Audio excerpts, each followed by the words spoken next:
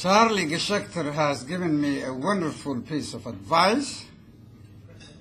As a matter of fact, he has authorized me to be an Afghani tonight, which means dictatorial, brutal, and shameless.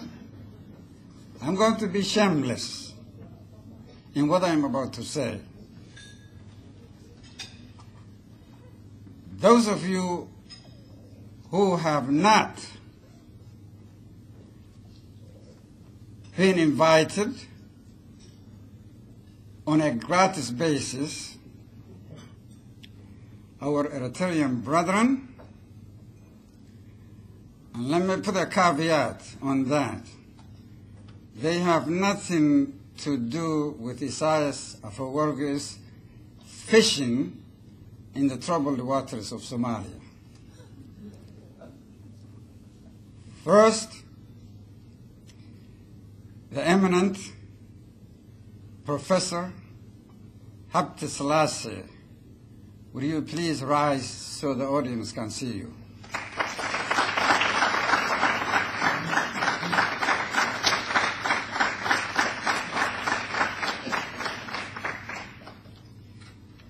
Professor Haile Selassie, scholar, educator, prolific author, and most important, a Horn of Africa elder statesman. The one thing Somalis called me by way of a nickname when they saw me going in and out into Afewerki's palace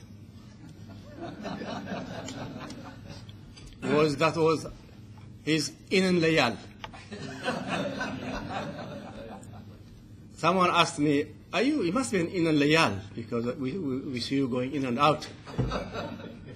I said, what's that? And then they explained to me what Inan Layal meant. But I said, I am a happily married Christian, so I cannot add another wife, much as I would like to have a beautiful Somali wife. Anyway, it's a great pleasure to be among my Somali brothers and sisters tonight on an occasion, a special occasion, convened on the 28th anniversary of the founding of the Somali Studies International Association. But I came not so much really to celebrate that anniversary. I've missed many of those anniversaries. The last one I attended was in 1985 in Hamburg. Was it 85? 86? 85. Was it 83? I came when I was invited really to celebrate, to honor, and to cherish a very dear brother, Hussein Muhammad Adam.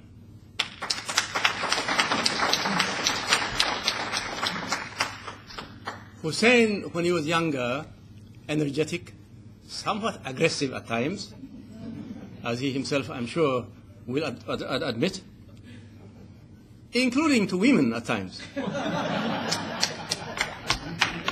which he later regretted. I will not forget the way he addressed Marina Ottaway at a meeting in Washington, and the good Marina, who was always good-natured, answered to a question, how can you stand all these criticisms? She said, oh, I'm used to it. I like them. I don't take any offense. A few hours later, Hussein, being what he is, expressed words of regret. I will never forget. I will never forget. Because Hussein is not only a wonderful scholar, activist, humanitarian, but a deeply humane human being. The first thing that struck me, when I first met him. We first met in Washington. At meetings, I don't remember exactly what the meeting was, but at the meeting where I heard him speak, I was attracted by his energy and dedication. We were in those days left-leaning, somewhat left-leaning, not quite Marxists, but what the French call Marxism, sort of tendencies, showing tendencies towards that. He told me what he was, where he came from. He also told me that when he was at Harvard, he had Eritrean friends, among them the eminent diplomat, now the third man in the United Nations, Haile Mercurius. And he said, I learned about Eritrea and the Eritrean struggle from my brother Haile. And then I took over from Haile's position. He calls me his mentor. I'm not. I'm just his dear brother. Somalia owes a lot to Hussein Muhammad Adam, whom Somalis refer to as Hussein Tanzania. I was also intrigued by that until I was told he was actually born in Tanzania. They even joked about his Somali language, his accent. They always laughed at it. He was eloquent enough, but not quite, Hussein Tanzania was the dean of the social sciences at Lafole, University, at the time when I met him. He was also the editor of Halgan,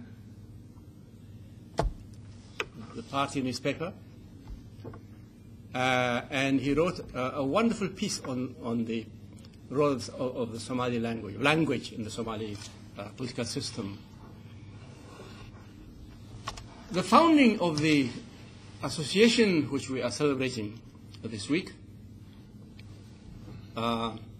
is really the handiwork of Hussein. I know that creations like that claim many fathers. If something happened to that, then nobody would claim it. It would be an orphan. But because it's a highly successful undertaking, everybody, people who participate in it, including my eminent and wonderful friends, Lee Casanelli, John Johnson, Charlie Geshekta, the one and only inimitable Charlie Geshekta. He's inimitable in storytelling. That's why I'm saying inimitable.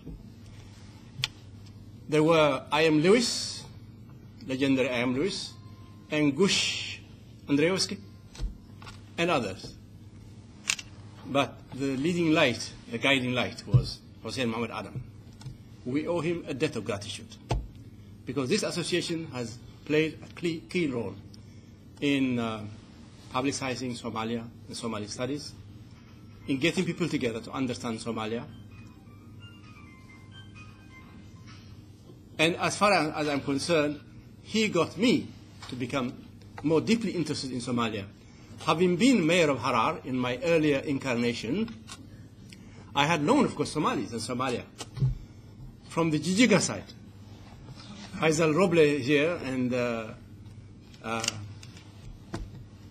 Mohammed Nasser are from my favorite Somali region, Jijiga,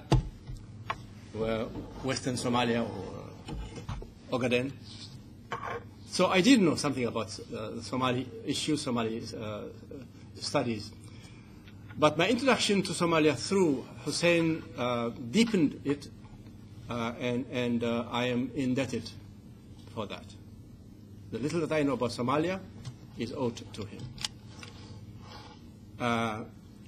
Another point which I think many of my friends know is that I was born Eritrean, but I traveled as a Somali, using Somali passport. All Eritrean leaders of the Eritrean struggle, use Somali passports. The debt we owe to Somalia and the Somalis is indescribable.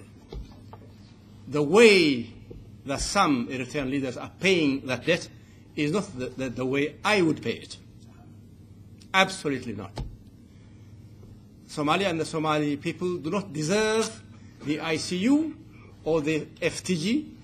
They deserve something much better. Anybody who supports either of them is not in my company.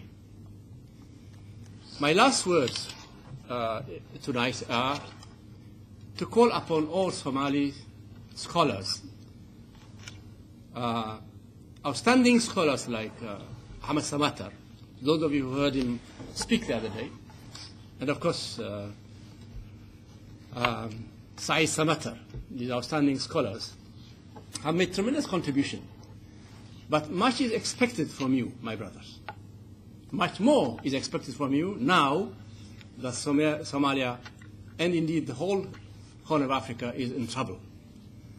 I think we need to build on what we have. You cannot wish away clanism. You accept it, and you build on it.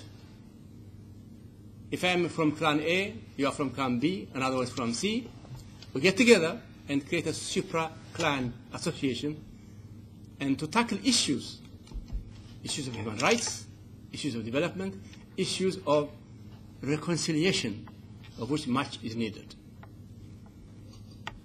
Need I say any more? There is a great need for getting together. We are so splintered along different axes of division as Somalis.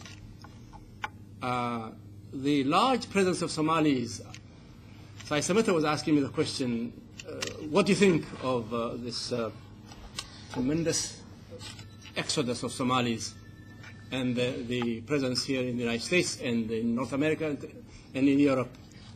I think it's extraordinary. I told him it's extraordinary, one of the most extraordinary events in our times. No people that I know of in the last 20 years has left their homes to come to different parts in so great a number in such a short time. And something is coming out of this. Seeing younger Somalis throughout these last 2 days, I was encouraged. I was also intrigued. Can we not use this tremendous resource to get together, our hands together, and either create a resistance, a la Ahmed Samatar's suggestion, or at least an association from which some measure of telling truth to power can come. Certainly, getting together to create an understanding among ourselves, and who knows, something may come out of that. We've got to put our differences aside and build something. This resource that you have here, 30,000 people more in this city alone, and much more in Minneapolis and St. Paul, Toronto, and so on. You just can't not ignore that. It's a crime to ignore that. It's such a tremendous resource. I think the next meeting of this association, if not before, should try to create a strategy of resolution of the present crisis using this resource. So that's my last word. Hussein, I would like to know later on this wonderful family of yours here. And I salute you as a scholar, as a human being, as a great human being. My only regret is that Faduma is not here to share it with you. Now, don't get me on that because I may be tearful.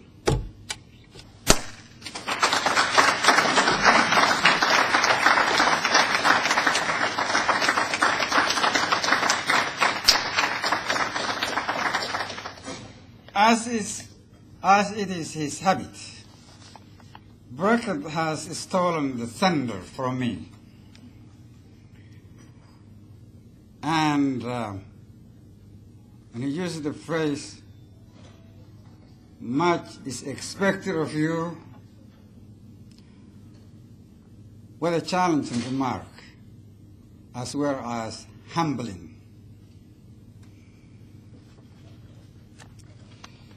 Let me start, if I may, with a disclaimer. Hussein Adam has not asked for this trouble. As a matter of fact, I dragged him into it kicking and screaming. He did agree that it is time that Somalis learned to honor their own, but he wanted the honoring to go to someone else. So he would respond to me by saying, "What about so-and-so?" In fact, he just uttered a string of names, and I would say, "No, I ain't interested." "What about so-and-so?" "No," he says. I say, "I'm not interested. I'm interested in you." Finally, after 6 months of speechifying, in which I talked at him, around him, over him, under him, the man began to fear I might talk the hind legs off him. So he relented, and I rejoiced.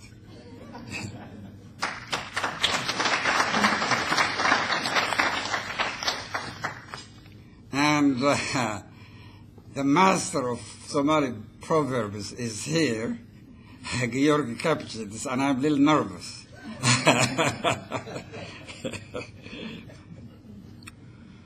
Waxaa la yidhi shimbiri maalin bay dab qaatay, maalintiina gurigii hooyadeed bay gubtay.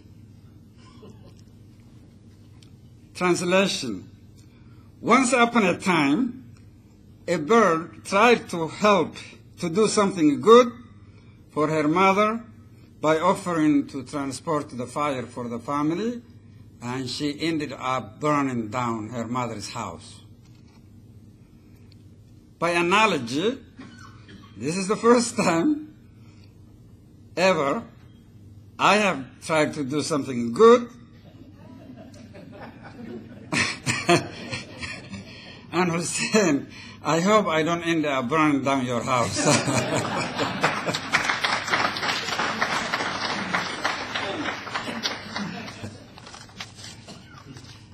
Let's go to the beginnings for a second.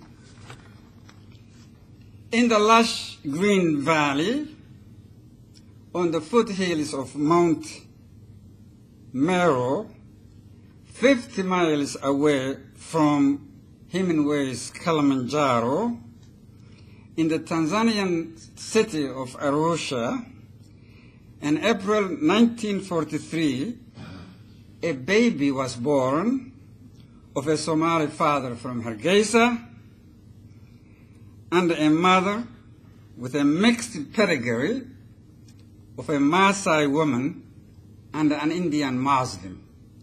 Ain't that exotic?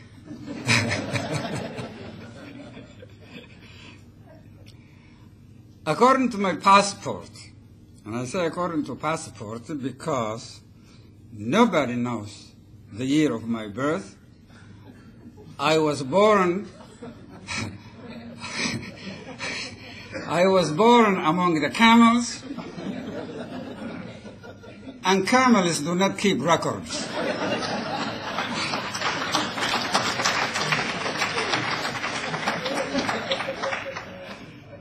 According to my passport, I too was born in 1943. Obviously, genius has an excellent sense of timing.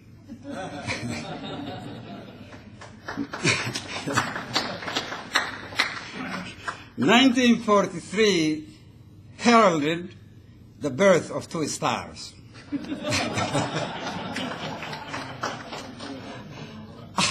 Other things happened too. SYL, for one thing, Charles Geschechter's birthday, but I do not want to go too much into this too because I do not want to share the attention with anybody. Being raised in a strange land necessarily involves growing up hazards. In the notes that he kindly provided me with, Dr. Hussein reminisces. Thus, for Hussein's coming to Somalia, we have that headmaster to thank. At his secondary school, and again I quote from his notes, there was a lot of bullying. Fortunately, I was protected by Ismail Okash, head prefect, a Somali from the Ogaden. Despite the bullying and general brutality, he graduated at the top of his class, then sat for the Cambridge administered exam.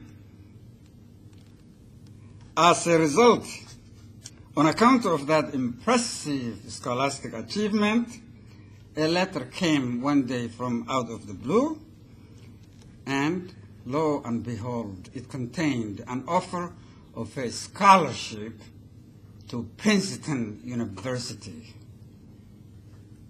Ivy League Princeton. Woodrow Wilson Princeton. At Princeton, the boy from Arusha came to rub shoulders with, among others, the eminent General Muhammad Abshir Haman, who was on his own scholarship. Abshir Haman, creator and commander of the Somali police force, which at that time was rated one of the best in Africa. Think of that. Somalia had once one of the best police forces in Africa.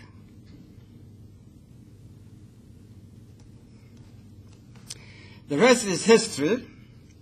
BA from Princeton, MA from Makerere College, and as you recall, Makerere College at that time was referred to as the Oxford of East Africa. Am I right, Hussein? Another MA from Harvard, then the icing on the cake, a doctorate. Thereby, Hussein struck a first, the first Somali, to my knowledge, with a doctorate from Harvard. Does anybody know anyone else?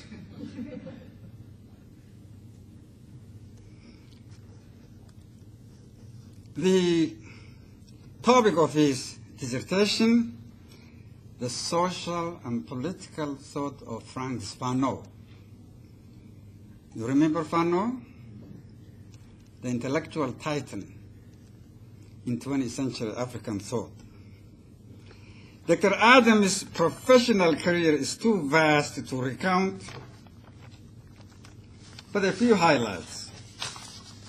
In addition to his formal degrees, he received diplomas or attended seminars at the following: Institute of Social Studies at The Hague, Holland, American University in Cairo, University of Paris.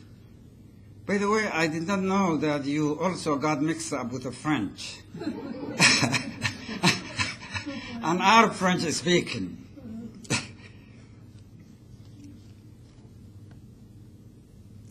Then, subsequently, he taught at the following: Makerere University College, Somali National University, where he helped educate a great many Somalis, Brandeis University, and last but certainly not the least, the College of the Holy Cross, where he serves as a distinguished member of that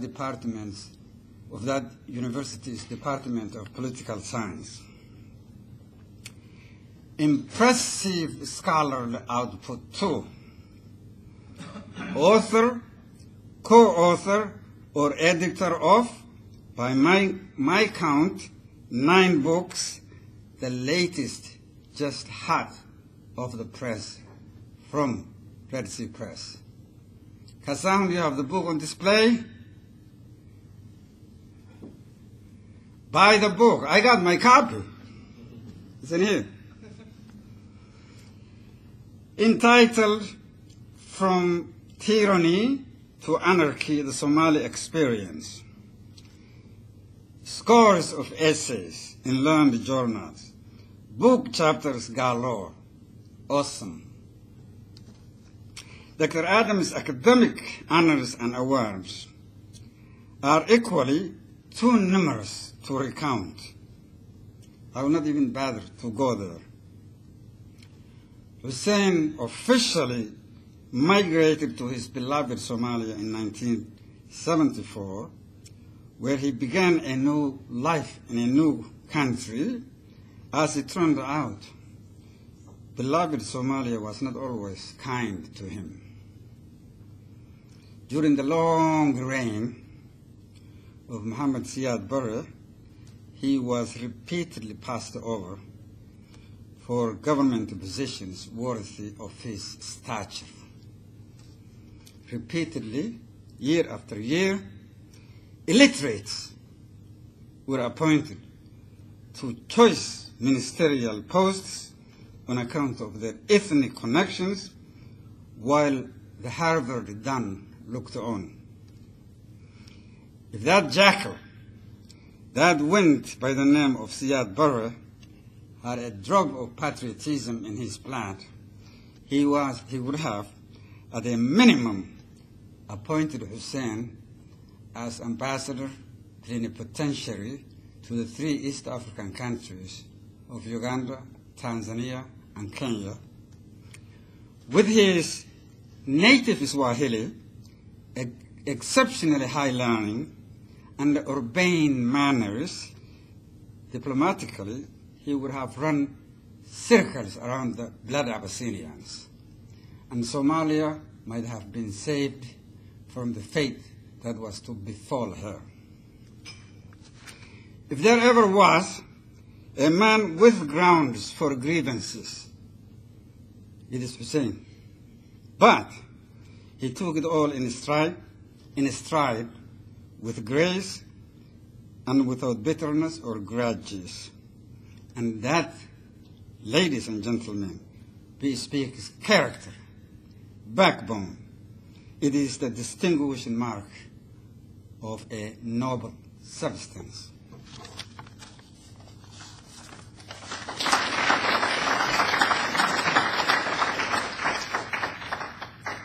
But in a sense, this injustice might have been a blessing in disguise.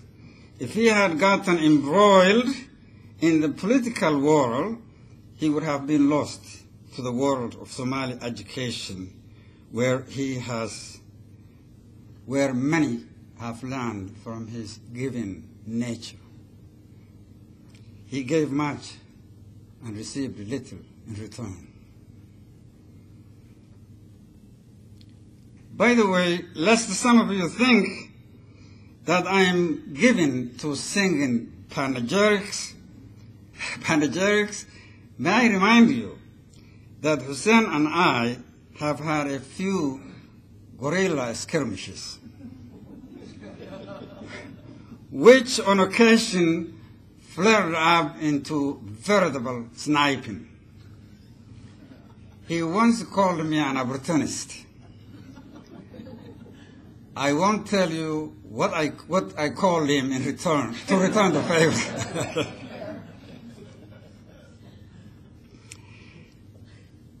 Then, according to a morbid Somali proverb,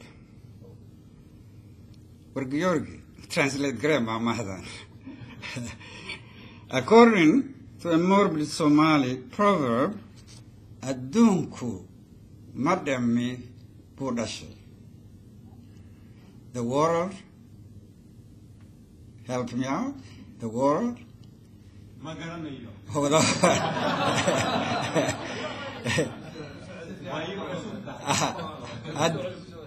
Adunku madami budashe.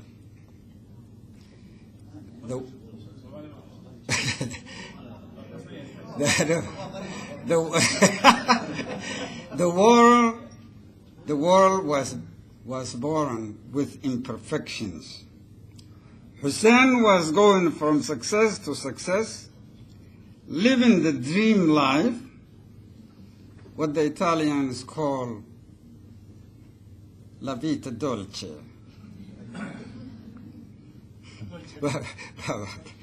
Dolce vita. Yeah, thank you for the correction. With his family, when suddenly his world came crashing down around his ears. In 2002, disaster struck. His beloved wife, Fadumo, suddenly succumbed to a coma. Instead of ditching her in a hospital bed, as many would do, he took her home where he has been ministering to her to the present. And this, in spite of a full schedule of teaching, researching, and writing. After all, he is the breadwinner of the family. Again, ladies and gentlemen, that bespeaks character, substance, grace. In other words, Hussein was plunged into the fiery furnace of tragedy, a mere man, and he has now emerged a hero.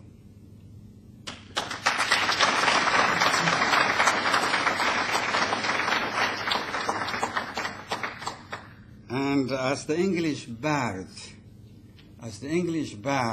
reminds us, by the way, I recently learned that Shakespeare was a pothead. They examined his pipe, and it reeked of reefer.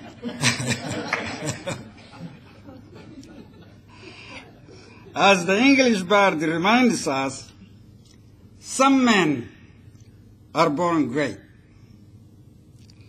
Some acquire greatness, and some have greatness thrust upon them. Undoubtedly, by his response to the calamity that befell his family, Hussein has acquired greatness. And don't be fooled by his frail-seeming demeanor. The man is made of steel, with an abundance of inner fortitude, and with a wealth of prodigious energies. To sum up, in Hussein, we have a man, a father, an educator, a scholar with unparalleled versatility, and a patriot. In short, a national treasure. I salute you, Hussein.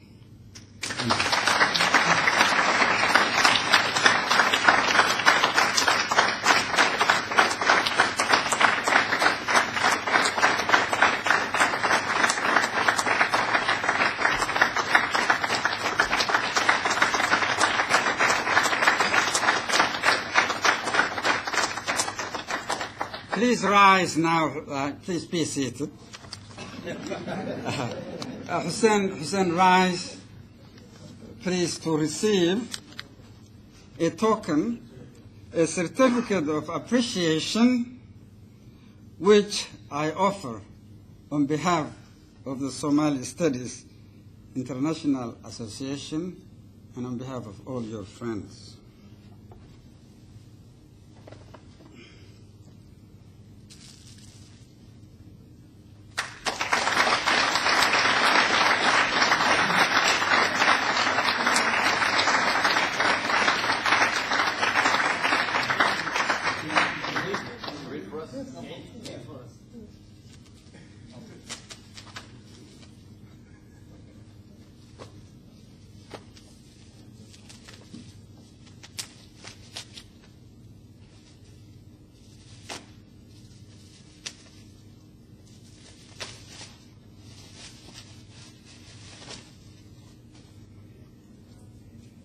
special event in honor of Hussein Adam, Friday, August 17, 2007.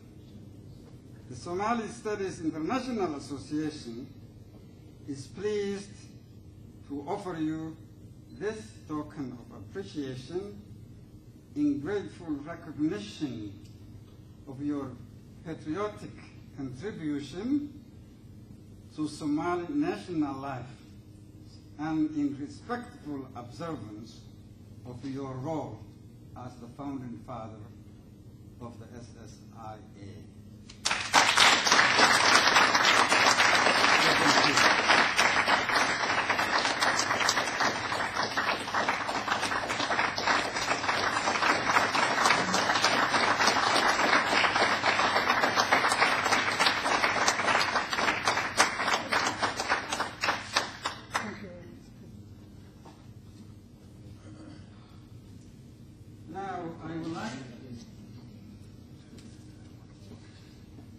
I would like to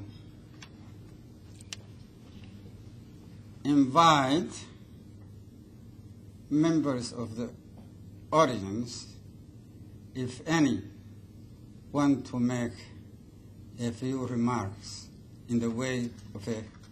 Oh, sorry. Hussein will... I go now.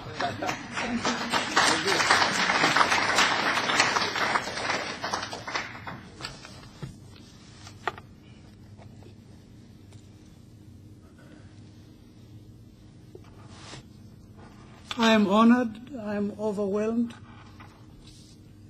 and as I always knew, even though, as he said, we had many skirmishes, Said, in spite of his size, is a very gentle heart and a very sensitive person. To begin my very brief remarks, I would like to introduce the members of the family and the extended family that are here. So I will call each one, they can stand. I will begin with our second oldest daughter, Farhan Adam.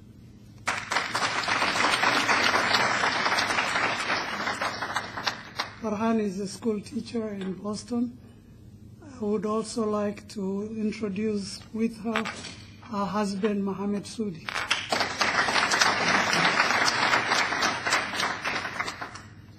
I'd like to introduce my fourth daughter, Zahra Adam.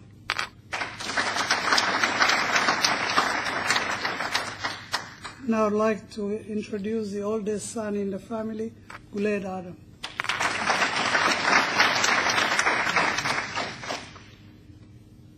I would like to introduce my daughter-in-law, Samda Ismail.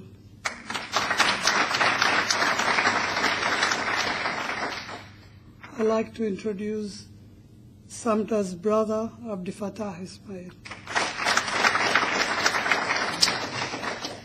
And also Samda's other brother, Ahmed Ismail. I'd like to introduce my nephew, Hussein Abdi.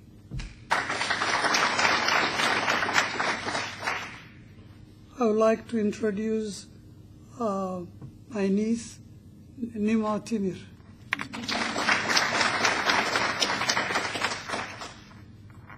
I would like to introduce my friend and also cousin, Abdi Musa.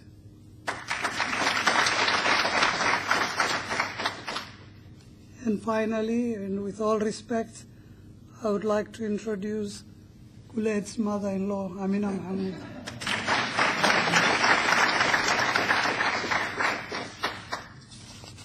As I said, my comments are very brief. I wish to thank the organizers of the Columbus 10th Congress of the Somali Studies International Association, Abdi Nur Mohammed, Abdi Kuso, Said Shire, Laura Joseph, Steve Howard, the director David Crowbill, and Amy Patton, who did a lot of the work, and our Eritrean brother Girma Mengash, with all the others' names I've not, for the sake of time, did not include. I'm deeply grateful to Professor Said Samatar for his unselfish and noble gesture. I sincerely hope that the tradition will be continued, involving even more deserving candidates than myself, and that it be continued in all Somali professional associations. And now we are in the diaspora, we have a chance, and I already have seen there are a number of Somali professional association, community associations, that they would make a way to introduce the principle of merit of work contribution in order to serve as a model for the rest. I also, among other things, want to, as I already mentioned, to commend Professor Said Samatar for his refined sensitivity, which he reflected when he proposed this event, and as always for his very great Somali sense of humor, which is what allowed us always to make up whenever we As Said implied in his sponsoring memo, this is an honor not only to me, but also to my dear wife, Faduma, who has been in a coma since September 2002. One night in 1978, while lying in bed next to her, I began to sketch potential names and acronyms for the association in order to propose it to my colleagues. The first combination I came up with was International Somali Studies Association. International Somali Studies Association. Unfortunately, that spells ISA, so we felt we're introducing a clan thing just before we started. The second name I sketched, and she was next to me watching, is the International Association of Somali Studies. International Association of Somali Studies, which spells I-us. So we didn't want to be referred as us's in the future. It was at this point that she took the pen and said, "Why don't you try this?" She put SSIA, the Somali Studies International Association. Beyond that, she was the coordinator of logistics for the Somali Studies International Association Congress, the first one held in Mogadishu, 1980. She was the communication director in terms of helping me with correspondence for the 5th Congress of Somali Studies, which was held at my college, at the College of the Holy Cross in 1993.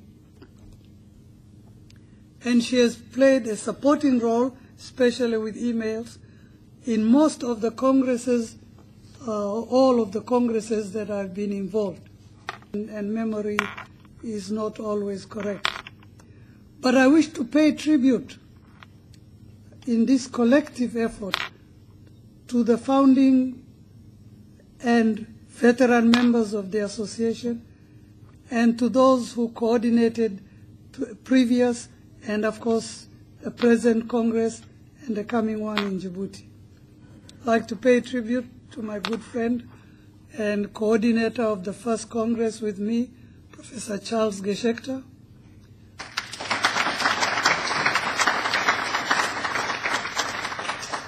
I would like to pay tribute to another very close friend who served as the program chair for the 5th Congress, the one that was held at Holy Cross, and that's Professor Lee Kasanelli.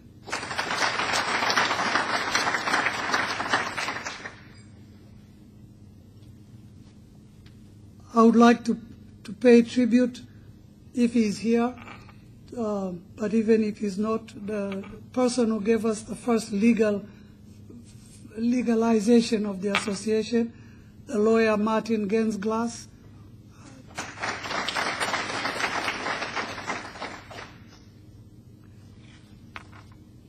A very close friend who, like Said, has a tremendous sense of humor, and who has also, and I missed the other day, which was my mistake, did almost everything to collect at Indiana all the Somali posters, music, poetry, and that's Brother John Johnson.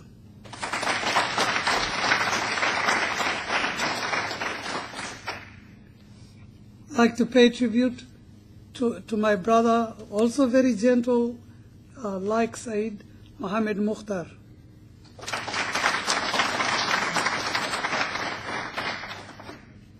Pay tribute to Ali Jumale, who has unfortunately not been able to be with us, who chaired the North American chapter of the Somali Studies Association.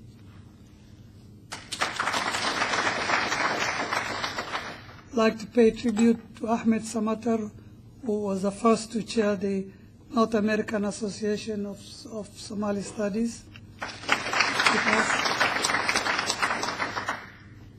Pay tribute to Osman Sultan, who with, and I'm repeating this again, with Said Samatar, founded the Horn of Africa Journal. It's this collectivity that makes what we are celebrating. I would like to pay tribute to Anarita Polieli, who organized the 3rd Congress of Somali Studies at the University of Rome. To Dr. Thomas Laban, who organized the 2nd Congress of Somali Studies at the University of Hamburg in Germany. I'd like to pay tribute to Marian Ilmi and Ibrahim Awad. The two of them coordinated the 4th Congress of Somali Studies in Mogadishu. And with Awad, I would like to remark that he became one of the first victims of the civil war.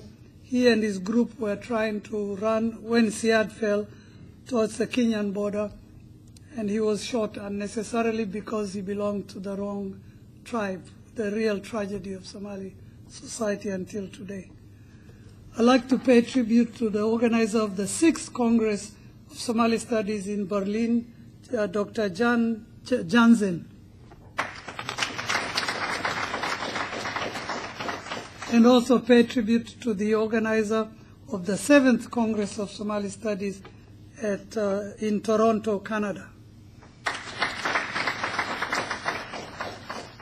I'd like to pay tribute also to the organizer of the 8th Congress of Somali Studies held in Hargeisa in 2001, and that's Edna Adan. Pay tribute to the organizer of the Denmark Congress at Aalborg, which was the 9th Congress, Abdul Qadir Osman. Then there is a European Association of Somali Studies, which is parallel to ours. Among its leaders are Martin Owen from London University and Mohamed Gandhi, based in France. Did Mohamed Gandhi make it to this meeting? Okay. I saw him in the... Anyway, so let's give a hand to both Martin Owen and Mohamed Gandhi. And even more, let's congratulate and pay tribute to Susan Lilias from Finland, who organized the Extraordinary Congress of Somali Studies in 1999 in Turku, Finland.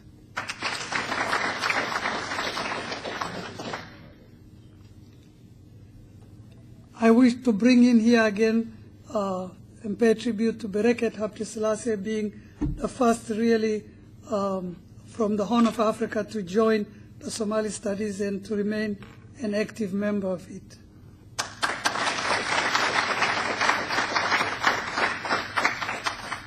And Kasahun Shikole for being the pillar of publications for not only the Horn but for Africa.